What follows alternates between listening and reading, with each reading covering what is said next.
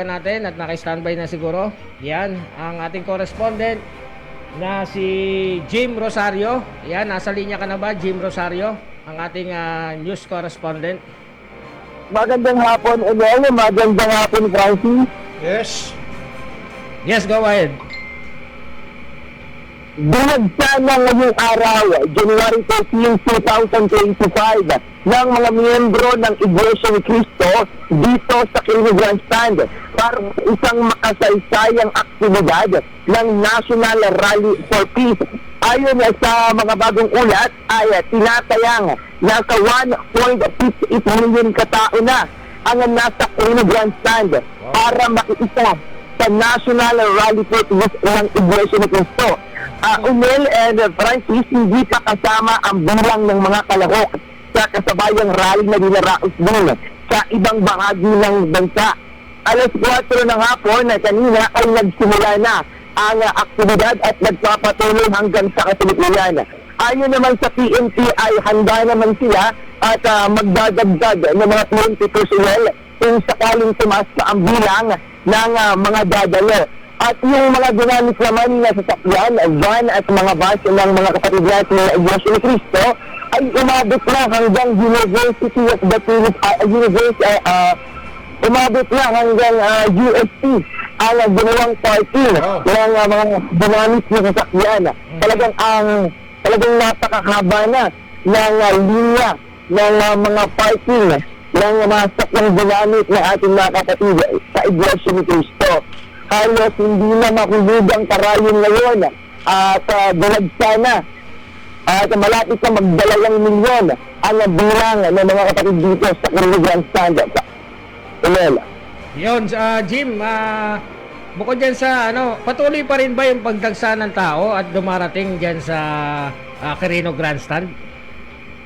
Ayon sa mga nakapanayam namin, ay patuloy pa din ang pagdagsa ng mga tao at hindi lang miyembro ng Iglesia ni Cristo ang nakikita ngayon dito sa National Rally for Peace. May iba't ibang mga organisasyon din dito at mga hindi miyembro ng Iglesia ni Cristo ang nakikita din sa panawagan na ito ng kapayapaan na pinangunahan ng Iglesia ni Cristo.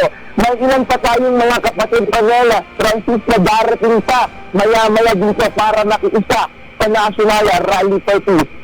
So wala bang naitalang kaguluhan dito sa dahil kinokontak natin kanina pa yung PIO ng Manila Police District at hindi pa natin nakakapanayam. Ano ba yung updates natin diyan? Meron bang naitalang kaguluhan sa ibang grupo? Yan, tulad niyan, may mga sumali ay meron bang naitalang sa kanila na nagkaroon ba ng kaguluhan? Ayon na sa MMDA, SCAN at sa PNP ay dahil sa mataas na bilang ng mga dumalo ay payapa naman na idaraos ito ngayon. Wala pang naitalang ang PNP na anumang uri ng kaguluhan, maging doon sa mga nakiisa doon na hindi miyembro ng Iglesia ni Cristo. Sa kasalukuyan ay mapayapa ang aktibidad, Emel.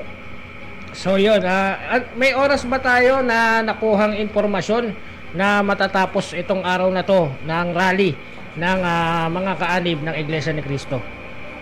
Yes, Emel, base sa mga nakapanayam natin, isang araw lang ngayong gabi ay matatapos din ang itatagawang National Rally for Peace ng Iglesia ni Cristo. Hindi na ito magtatagal pa ng ilang araw. At base sa mga nakapanayam natin ay pagkatapos din ng aktibidad na ito, ay may mga volunteer na mga kapatid natin sa Iglesia ni Cristo na maglilinis ng venue. Para maging malinis ito at hindi maiwanan na yung mga kalat na ginamit at mga basura na iwan ng mga kapatid natin. Yes, yan, okay. So Francis, ayan, pansin mo, sabi ko nga sa'yo, kanina, may mga dala-dala silang walis.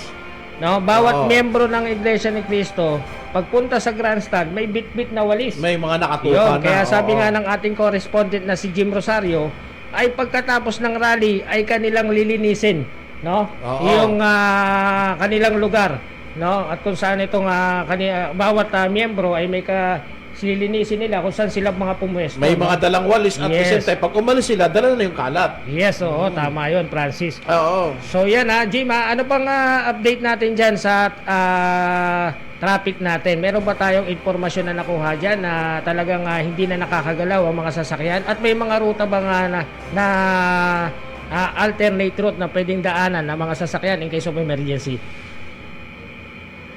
Simula kaninang alas 3 ay usad pa din na rin ang mga sasakyan, mga pampunerang sasakyan mula sa Bula papuntang Fairview. Bale, Inelno ay dating na doon sa malaking bilang ng mga dumalo sa aktibidad na ito ng National Rally for Peace sa Iglesia ni Cristo ay talagang hindi na maiwasan ng mga motorista na mag-usad pa nila dahil yung mga parking, yung mga daanan ay ginamit na rin parking ng mga sasakyan. May binigay naman ng MMDA ng mga alternative na ruta at kung maaari panawagan ng MMDA na doon na dumaan ang mga motorista para hindi na sila maipit pa sa traffic bukas na ganitong malaking aktibidad ng Iglesia ni Cristo. So yun, maraming salamat sa iyo at ang ating correspondent na si Jim Rosario. Ingat ka dyan ha, Jim. Salamat, Salamat Francis. Para sa RTV News, sa Jim Rosario, Rumaragos sa Balita.